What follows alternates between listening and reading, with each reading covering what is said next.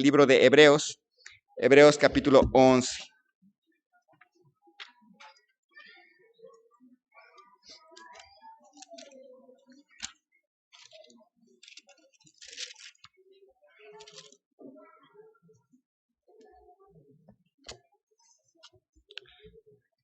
Solamente estaremos 3 miércoles más en Hebreos 11 y pasaremos ya al 12.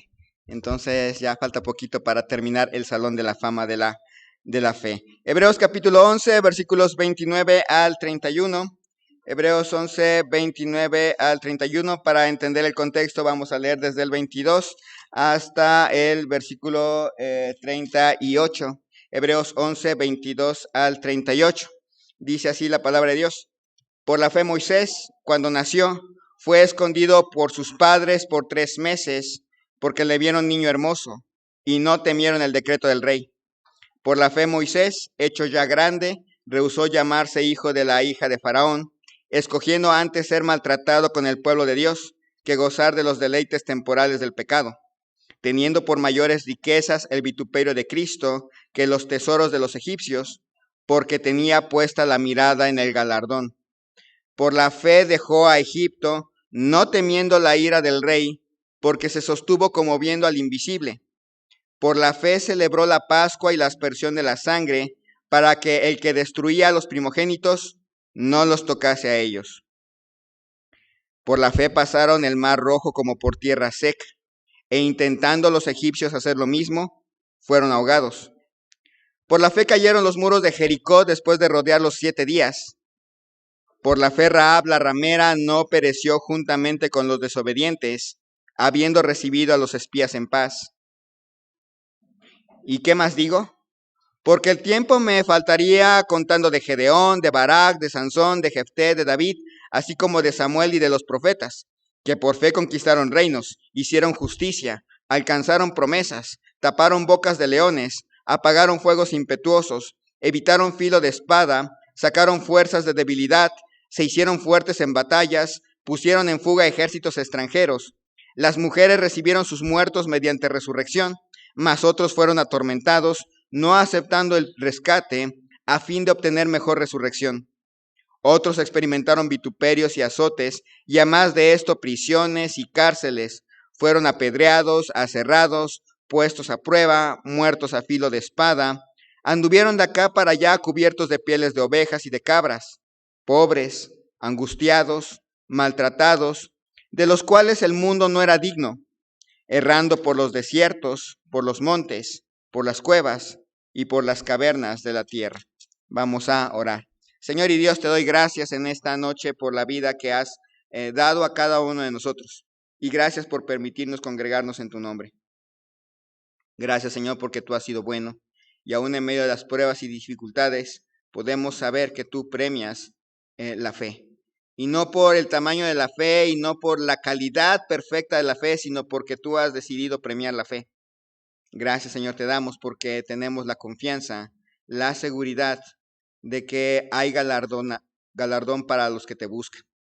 Podemos sostenernos como viendo al invisible, podemos mantener la mirada en el galardón y como leeremos más adelante, podremos ver, podemos tener puestos los ojos en Jesús, el autor y consumador de nuestra fe. Gracias, Señor, te doy, te pido tu bendición en este tiempo para cada hermano, cada hermana aquí presente. Te lo ruego, una bendición especial también para los niños en esta noche, para quien les enseña, que pueda gozarse de ayudarles a buscar a Cristo y a entender más de tu voluntad en tu palabra. Gracias, Señor, te doy en el nombre de Cristo Jesús. Amén. A lo largo de varias semanas hemos podido ver que la fe es la certeza de lo que se espera, la convicción de lo que no se ve. Abel, Enoc, Abraham, Sara, Isaac, Jacob, José, Moisés, todos ellos se caracterizaron por fe. Todos ellos tuvieron pruebas, todos ellos tuvieron momentos decisivos en los cuales tuvieron que decidir creer que Dios existe y que es galardonador de los que le buscan.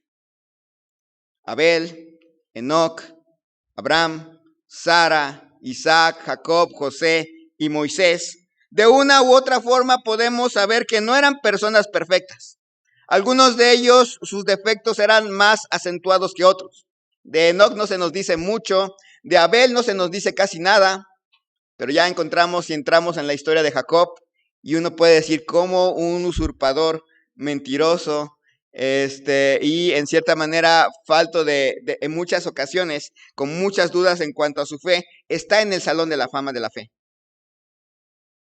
Bueno, es que Dios no había decidido premiar la perfección de las personas. Él había decidido y ha decidido premiar la fe puesta en él. Abel dejó testimonio de que era justo. Enoc se fue al cielo sin morir. Abraham recibió la tierra como promesa. Sara dio a luz fuera de tiempo. Isaac y Jacob se volvieron herederos de la misma promesa. José supo que al final de cuentas su esfuerzo sería recompensado. Moisés cumplió con todo lo que Dios le había mandado a hacer.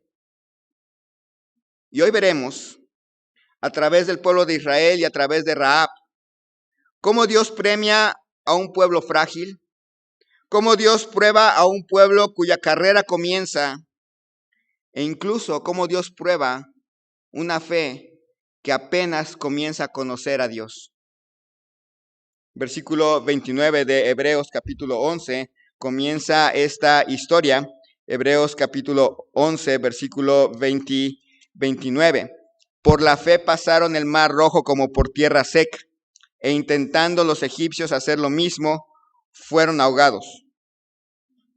El autor nos lleva en primer lugar a la grandiosa historia real de cuando se abrió el mar rojo. En esa ocasión podemos ver lo excepcional que es Dios, no solamente abriendo el mar. Había algunas personas que decían que era la parte norte del mar rojo donde no había mucha agua y podían pasar rápido. Pero curiosamente los restos arqueológicos muestran columnas levantadas en la época de Salomón, más cerca del momento histórico que nosotros, donde ubican el cruce del Mar Rojo en la parte más profunda. Así que ya se imaginarán las enormes columnas de agua. Y ellos pasando en medio de ese mar. Dice que pasaron como en tierra seca. Ustedes deben de saber que si usted trata de correr en la arena, no es tan fácil. Si usted trata de meter un carro o una carreta en la arena, no va a ser tan fácil. Pero ellos pasaron fácilmente. Se les secó el mar, la tierra, y pasaron. Y fue un gran evento. Pero cuando pensamos un poquito en lo que originó este evento, nos damos cuenta la grandeza de Dios. El pueblo de Israel había salido de Egipto, fue expulsado por los egipcios y van caminando, la ruta que toman es hacia el sur, luego dan la vuelta y giran hacia el norte y da la idea de que no están entendiendo hacia dónde van. Y entonces Faraón ordena que los persigan. Y ahí va Faraón con su ejército, con sus caballos y se acercan a los israelitas. ¿Y cuál fue la reacción de los israelitas? Oh, ahí vienen los egipcios, vamos a cruzar el mar, ya tenemos un gran Dios que va a abrir el mar, no sé qué va a hacer Dios. No, no fue la reacción. Uno dice aquí, por la fe pasaron el mar rojo, pero la primera reacción que vemos de los israelitas fue, ¿por qué nos sacaste, Moisés? ¿No había suficientes tumbas allá en Egipto para que muriésemos aquí en el desierto? Ya te habíamos dicho que no queríamos salir, pero tú estabas ahí que Dios te había mandado que saliéramos. Y empezaron a quejarse. Se empezaron a amotinar ahí. Y todo lo que se veía ahí no era precisamente fe. Empezaron a pensar que iban a morir. Se empezaron a enojar. Se empezaron a asustar. Se pusieron a llorar. Pero ninguno de ellos dijo, hay que clamar a Dios. El único que clamó a Dios fue Moisés. Moisés clama a Dios, no el pueblo. Y Dios le ordena a Moisés que extienda sus brazos. Será Dios el que abra el mar rojo para que los israelitas puedan pasar en medio de ello en tierra seca. No era la fe de Moisés, mucho menos la fe del pueblo. Era el poder de Dios el que iba a abrir el mar rojo. Y lo abrió. Ahora imagínense a ese pueblo quejoso. El viento oriental, algo no hecho, no fue un terremoto, no fue un tsunami, porque tenían que pasar 3 millones de personas en medio por tierra seca. No lo podrían pasar si fuera un tsunami o un terremoto o algo no, simplemente vieron el mar abierto. Y ahora sí tenían que tener fe. Después de estarse quejando con Dios o contra Dios, después de estar diciendo, mejor nos hubieras matado allá, mejor esto, de repente Dios les dice, ahora quiero que pasen por aquí en medio y crucen de frente y no se detengan. ¿Alguna vez ha hablado algo en contra de Dios y de repente Dios le ha hecho un milagro? ¿Qué sentiría? ¿No le daría miedo? Acaba de hablar mal de Dios y Dios está obrando a favor de usted. ¿No pensaría que es una trampa? Acabamos de insultar a Dios y Dios nos abre el mar rojo para que pasemos. Habrá gente que pudiera decir, mejor no me arriesgo. Se me hace que allá estando ahí en medio, ahora sí Dios se va a desquitar y por haber hablado mal de él y ¡pum! Tuvieron que tener fe. La fe no estuvo en el momento en que se abrió el mar rojo. La fe estuvo en el momento en que cruzaron. En que tuvieron que darse cuenta que ellos eran pecadores, que ellos eran faltos de fe, que ellos eran los incrédulos y que a pesar de su incredulidad, a pesar de su queja, a pesar de su pecado, Dios los estaba librando. Ese es nuestro gran Dios. No somos perfectos, ni mucho menos. Y muchas veces Dios hace grandes cosas a pesar de nuestra falta de fe.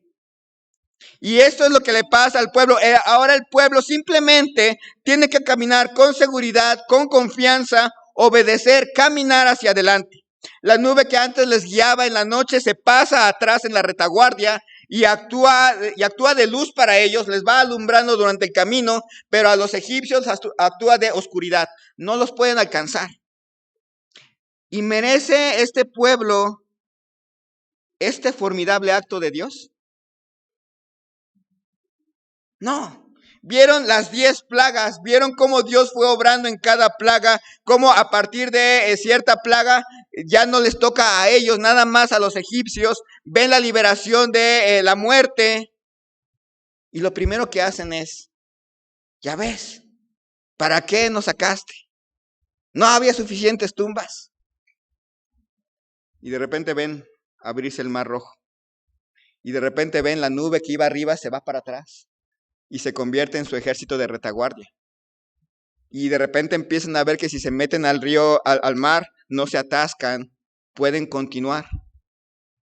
Y toda la noche fueron caminando hacia adelante, creyeron finalmente a Dios, obedecieron, caminaron adelante, cruzaron del otro lado. Y dice la Biblia que intentando los egipcios hacer lo mismo, fueron ahogados. Se meten los egipcios tratando de perseguir a los otros. Piensen en esto. No le prestaron atención a que una columna de fuego estaba delante de ellos y no les permitía alcanzarlos. Ya teniendo una cosa de pared, debieron haber pensado, híjole, pero no les importó, se meten al Mar Rojo y no les impresionó entrar al Mar Rojo, no les causó nada de extrañeza que pudieran también ellos meterse en medio del mar y que sus carros no se atascaran con los muros de agua a los lados. No le prestaron atención a eso. Y cuando lo hicieron, fue tarde. Al amanecer, los israelitas cruzaron el mar y los egipcios a medio camino se les empezaron a caer las ruedas a sus carretitas e intentaron regresar, pero era tarde. Les cayó el mar. Se muere inclusive el faraón. No le hagan caso a la película esa de los 10 mandamientos y al príncipe de Egipto y eso. No, está completamente alrevesada históricamente y en tiempo. Y el centro, por ejemplo, en la de los 10 mandamientos, el centro es Moisés. No, el centro es Dios. Él es el centro, no Moisés. Moisés era un mero hombre. Al final de la jornada, los israelitas, dice la Biblia, que solamente vieron cuerpos de los muertos de egipcios flotando. La fe no la mostraron frente al enemigo. La fe la mostraron en que a pesar de su fracaso, creyeron a Dios y obedecieron caminando hacia adelante, confiando en la protección de Dios, confiando en la gracia que Dios les concedió para ver esta victoria. Hermanos, tenemos que aceptar que nuestra fe no es perfecta. A veces vamos a dudar. A veces nos vamos a quejar. A veces nos vamos a angustiar. A veces nos vamos a asustar. Pero damos gracias a Dios de que esto no lo limita a Él para mostrarnos su grandeza. Que nuestra fe no sea perfecta no limita el poder de Dios, ni la grandeza de Dios, ni la continuidad de sus misericordias, hermanos. Puede que no seamos un ejemplo de vida cuando nos toca luchar contra nuestros propios enemigos, pero podemos confiar en la misericordiosa mano de Dios y caminar hacia adelante, obedeciendo. Confiar que Él nos protegerá, que Él nos permitirá cruzar por esta vida y al finalizar veremos el resultado de su intervención, no de nuestra fe. Porque recuerde, Dios no ha decidido premiar nuestra perfección. Lo que ha decidido es premiar la fe puesta en Él. Sea pequeña, sea frágil, sea débil, la fe puesta en Dios es lo que ha decidido premiar. Cuando lleguen las dudas, cuando lleguen las lágrimas, cuando llegue la desconfianza, simplemente siga adelante. Él abrirá el mar por usted, y no por su fe, sino por su grandeza. Así que en primer lugar vemos que Dios Dios ha decidido premiar la fe de quien es propenso a tener una fe frágil. En segundo lugar, Dios premia la fe de los que empiezan su carrera. A veces pensamos que Dios nada más bendice la fe de aquellos que ya llevan 20 años en el Evangelio, 40 años en el Evangelio, 50 años en el Evangelio, y no la fe del joven. Noticia, también premia la fe de los jóvenes. Dice ahí, versículo 30, por la fe cayeron los muros de Jericó después de rodearlos 7 días. Dice, ¿de qué evento está hablando? 40 años después. El escritor inspirado por Dios de Hebreos, no cuenta nada de lo que pasó después de que cruzan el Mar Rojo y deja 40 años de silencio. Y vuelve a retomar la historia con una nueva generación 40 años después. Por cierto, la generación que cruzó el Mar Rojo, que vio lo formidable que es Dios, cruza del otro lado, canta a Dios, e inmediatamente después es que no hay agua. Y un poquito más adelante es que no hay comida. Y más adelante es que no hay carne. Y más adelante, y se van, empieza a quejarse arriba y a quejarse y a quejarse y a quejarse, hasta que llega un momento en que sí creemos que Dios nos ha dado la tierra, pero queremos espías. Ok, ahí van los espías. Y regresan los espías. Sí, es cierto, la tierra que Dios nos promete es una tierra que fluye leche y miel. Pero tiene ciudades grandes. Pero nosotros éramos chiquitos, así como langostas. pero la tierra se traga a sus moradores. No vamos a poder. Y la gente empieza, ¿para qué nos sacaste de la tierra de Egipto? Allá comíamos rábanos, comíamos ajos. ¿Cómo nos acordamos de los ajos que comíamos allá de gratis? Y Dios les dice, y luego para colmo, nos trajiste aquí para que nuestros hijos fueran víctimas de los cananeos. Ojalá muriéramos en este desierto. Y Dios dice, está bien, quieren morir en el desierto. Se ha hecho. En los siguientes 40 años van a estar dando vueltas en este desierto hasta que todos los de esta generación de 20 años para arriba mueran en este desierto.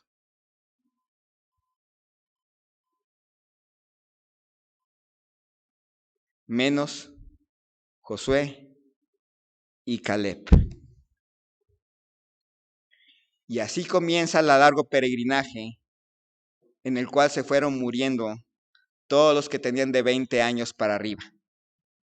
Es decir, el grupo de adolescentes de la nación de Israel sobrevivió. El grupo de niños de la nación de Israel sobrevivió. La guardería de la nación de Israel sobrevivió. Y nada más se fue el grupo de jóvenes adultos, los matrimonios jóvenes, los matrimonios grandes, los de la tercera edad.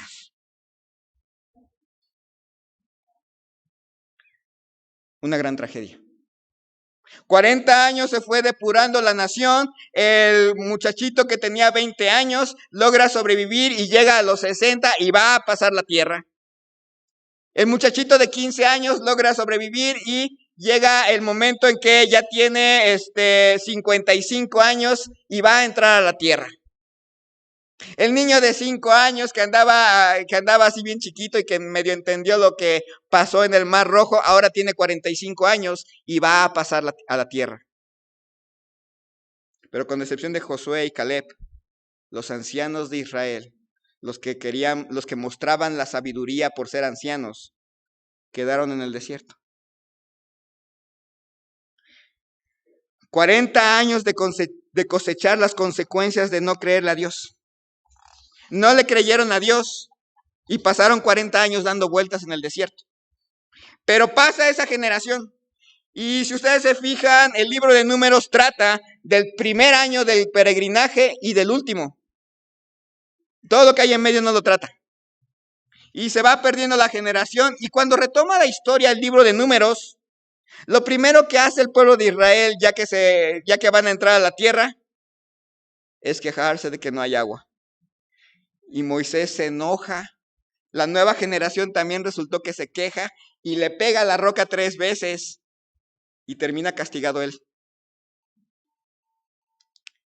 Todo para enseñarnos que generaciones vienen, generaciones van. Cada generación es pecadora. Pero aún así, generaciones vienen, generaciones van. Tenemos el mismo Dios, que es capaz de hacer milagros aún entre pecadores. Hicieron su cambio de liderazgo. Murió Moisés, entra Josué, cruzan el río Jordán, que por cierto fue un milagro. Tienen que practicar la circuncisión porque ninguno que había nacido en el desierto lo había practicado. Celebran por primera vez la Pascua porque nada más habían celebrado una. Y se perfilan hacia Jericó. Era una ciudad que tenía el tamaño de la colonia Otilio Montaño. No era muy grande. Pensamos en ciudades y, Jericó, ya me imagino, como Cuernavaca, como la Ciudad de México. No, ninguna ciudad habría tenido las dimensiones de nuestras ciudades. De hecho, en el mejor momento de Jerusalén, sería más chiquita que Cuernavaca. Bueno, Jericó era del tamaño de la Otilio Montaña, así que ya se imaginarán por qué era fácil darle vueltas. No era una ciudad gigantesca. Entonces se perfilan hacia Jericó, pero eso sí, tiene unas enormes murallas, porque es la ciudad más fronteriza de Canaán frente a lo que es el Jordán, y rápidamente los amorreos que vivían del otro lado del Jordán invadían generalmente Canaán, y Jericó tenía que resistir. Así que tenía unas murallas formidables, y era contra ellas con las que iban a chocar. Sí es cierto, habían logrado vencer a Og, rey de Basán, a Sehón, un rey amorreo, pero todos ellos eran nómadas. Sus ciudades eran aldeas. Esa es la primera gran ciudad. No han hecho gran cosa. Nunca han visto grandes batallas. Y sí, esta nueva generación recibe una orden extraña. ¿Quieren conquistar la ciudad de Jerusalén? Más bien, no es conquistarla, les dice, yo les entrego la ciudad de Jerusalén. La ciudad de Jericó está en sus manos. Nada más tienen que darle una vuelta un día, en silencio, regresarse a sus tiendas. Al otro día regresar, darle una vuelta a la ciudad, en silencio, regresarse. Pero el séptimo día tienen que darle 7 vueltas a la ciudad, en silencio. Y en la última vuelta recibirán una señal y entonces tendrán que gritar. Eso es todo lo que tienen que hacer.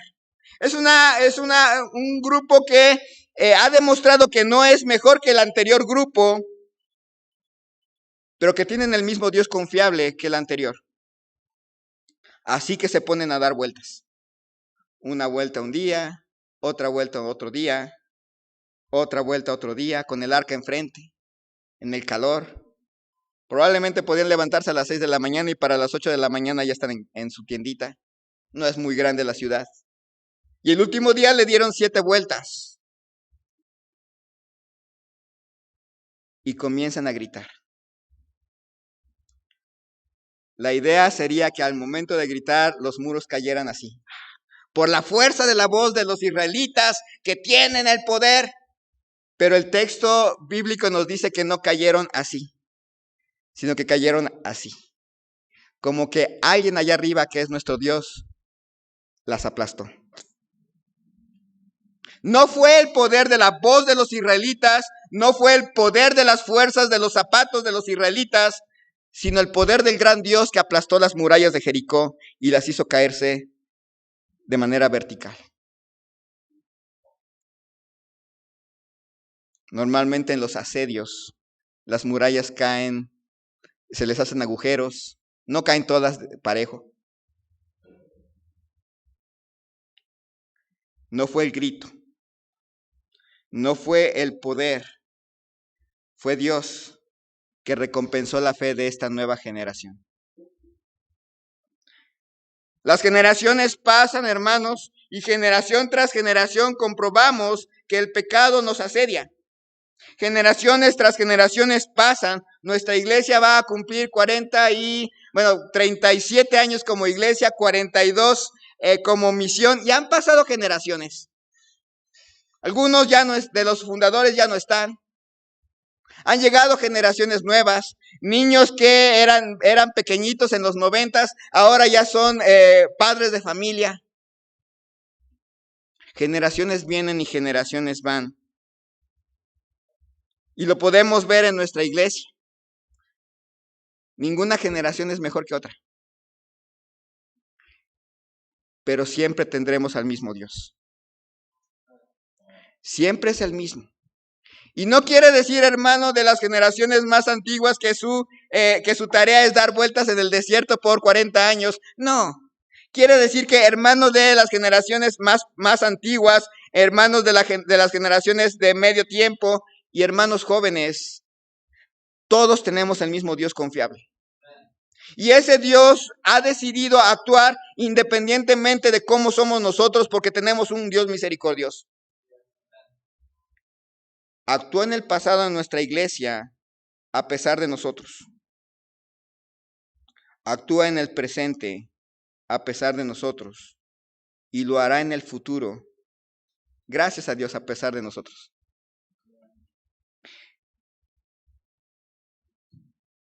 Para los jóvenes que están en esta iglesia, que apenas están aprendiendo a conocer el poder de Dios, la fidelidad de Dios, tenemos un Dios que no cambia. Un Dios que concede victorias. no porque seamos una mejor generación, sino porque Dios es fiel. No piense que la generación que ahora está en nuestra iglesia es mejor que las generaciones pasadas, no. Es lo mismo que las generaciones pasadas y podemos contar con el mismo Dios que en el pasado. Así que, hermanos, Dios ha decidido premiar la fe puesta en Él, a pesar de que a veces somos bastante incrédulos. Así que cuando lleguen las dudas, simplemente camina hacia adelante y obedézcale. Dios ha decidido premiar la fe, no importa si son 40 en el Evangelio, 50 años, o 10 años, o 3 años. Simplemente obedézcale y camina hacia adelante. Porque el mismo Dios que abrió el Mar Rojo y el mismo Dios que tiró los muros de Jericó es el mismo Dios hoy. No ha cambiado. Camina hacia adelante. Y en tercer lugar, vemos que Dios ha decidido premiar la fe de alguien que apenas si conoce del Señor, pero lo poco que conoce lo obedece. Rahab. Dice ahí, versículo 31, por la fe Rahab, la ramera, no pereció juntamente con los desobedientes, habiendo recibido a los espías en paz. Rahab es un personaje muy peculiar en esta lista. En primer lugar, es mujer. Solamente hay 2 mujeres nombradas en esta lista de héroes. Sara, y todo el mundo diría, pues sí, Sara tiene que estar ahí. Pero Rahab, mujer, cananea, no es israelita, es cananea. Y aquí en la versión 60, en la versión Reina Valera 60, pues como que nos matiza bien ramera. La versión, nueva versión internacional y la nueva traducción viviente lo llama por su nombre, prostituta. Mujer, cananea y prostituta. Sin embargo, tiene fe. Y Dios premia la fe de esta mujer. De una manera que es más que asombroso cómo la premia. Ella no sabía nada de la ley de Dios. Ella no conocía el origen de la humanidad con Adán y Eva. Ella no había oído hablar nada del diluvio. Ella no sabía que Abraham había existido, que José había existido. No había leído sobre los sacrificios. No había leído sobre las normas dietéticas. Lo único que sabía, y le invito a algún día a leer Josué, capítulo 2, lo único que sabía es que 40 años atrás Dios secó las aguas del Mar Rojo cuando Israel salió de Egipto. Y que unos meses antes los israelitas habían derrotado a Sehón y a Og. Eso es todo lo que sabía de Dios. No sabía otra cosa más que 40 años atrás, y probablemente ella no había vivido. Ella todavía no nacía cuando pasó esto.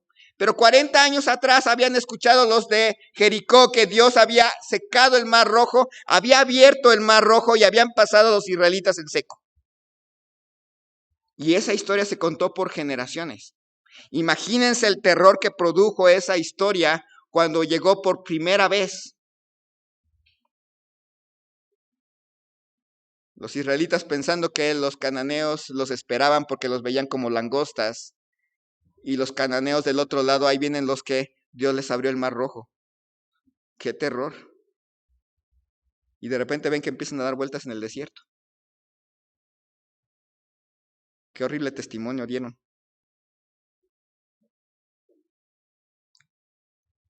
Pero ella se acordaba de eso. Y dice en esa historia que les cuenta Rahab a los 2 espías que los moradores de la tierra ya temían a los israelitas. Ya se consideraban derrotados, que su corazón ya había desmayado. Reconocían que Jehová, el Dios de ellos, era Dios arriba en los cielos y abajo en la tierra.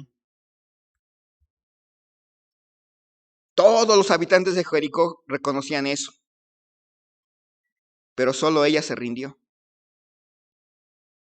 El rey de Jericó lo que hizo fue, vamos a matar a los espías.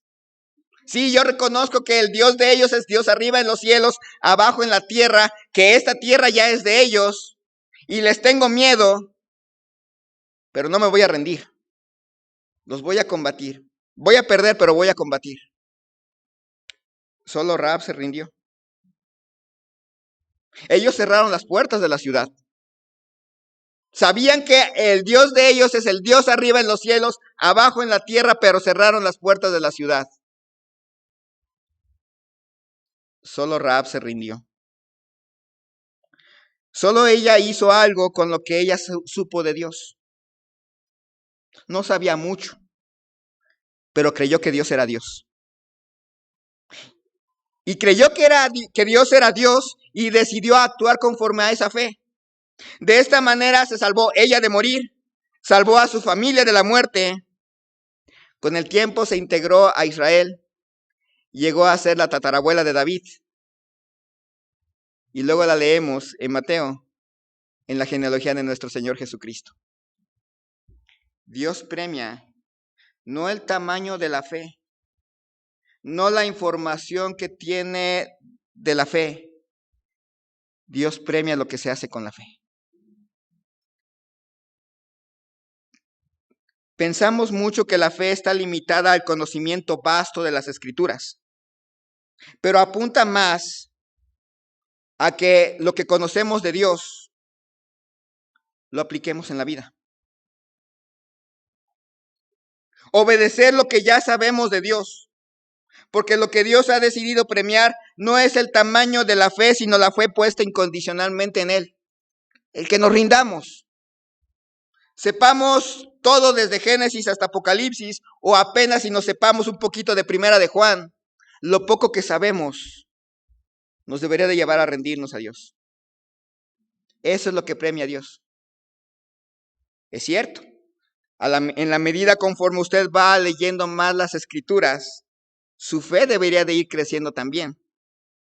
En la medida que vamos conociendo más de Dios, de sus maravillas, de sus promesas, podemos crecer.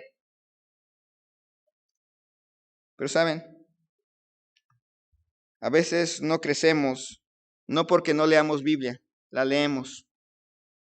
No porque no sepamos doctrina, la sabemos, pero no hacemos nada con ello.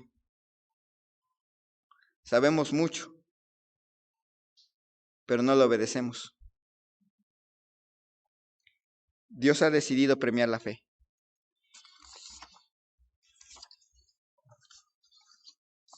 Puede usted sentir que no sabe mucho. Y creo que nunca vamos a dejar de aprender de nuestro Dios, nunca. Pero lo poco que sepamos, vivamos conforme a ello. Sabemos lo suficiente como para saber que tenemos un Salvador. Si hay alguien aquí que no ha conocido a Cristo como su único y suficiente Salvador, ese poquito, el Evangelio, es lo que tiene que hacer. Rendirse a Cristo. Todos los demás sabemos, en mayor o menor medida, sabemos algo de Dios. Nunca vamos a ser de los que conozcan todos los misterios de Dios hasta que estemos en el cielo. Pero lo poco que sepamos, hay que obedecerle. Hay que creerle y caminar adelante. A veces, hermano, le van a entrar dudas. A veces se va a quejar, a veces se va a enojar, a veces va a pensar que lo que Dios hace no tiene sentido. No se desanime. Siga adelante, firme, confiando en la misericordiosa mano de Dios. Porque Dios no premia la perfección de su fe. Dios solamente premia la fe puesta en Él. Y siga adelante. A veces piensa que por tener pocos años en el Evangelio y no tener una gran fe probada, no es fe. No se desanime. Obedezca lo que Dios le diga y marche en silencio y espere. Él va a actuar por usted. Porque Dios premia la fe, no el tiempo de la fe. A veces piensa que no sabe mucho de Dios, de la Biblia, de la doctrina. No se desanime.